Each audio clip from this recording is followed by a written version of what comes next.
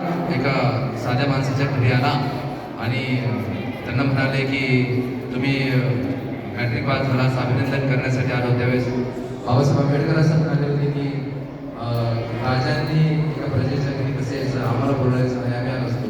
तर त्यावेळेस त्यांनी म्हटलं की तुम्ही ज्ञानाचे राजे, आम्ही वंश परंपरेचे राजे. तर छत्रपती शिवाजी महाराज यांनी स्वराज्य निर्माण केलं आणि राजा झाले. एक स्वराज्याचा राजा, एक ज्ञानाचा राजा. मॅडम आपल्यासमोर आहेत. दोनच राजे.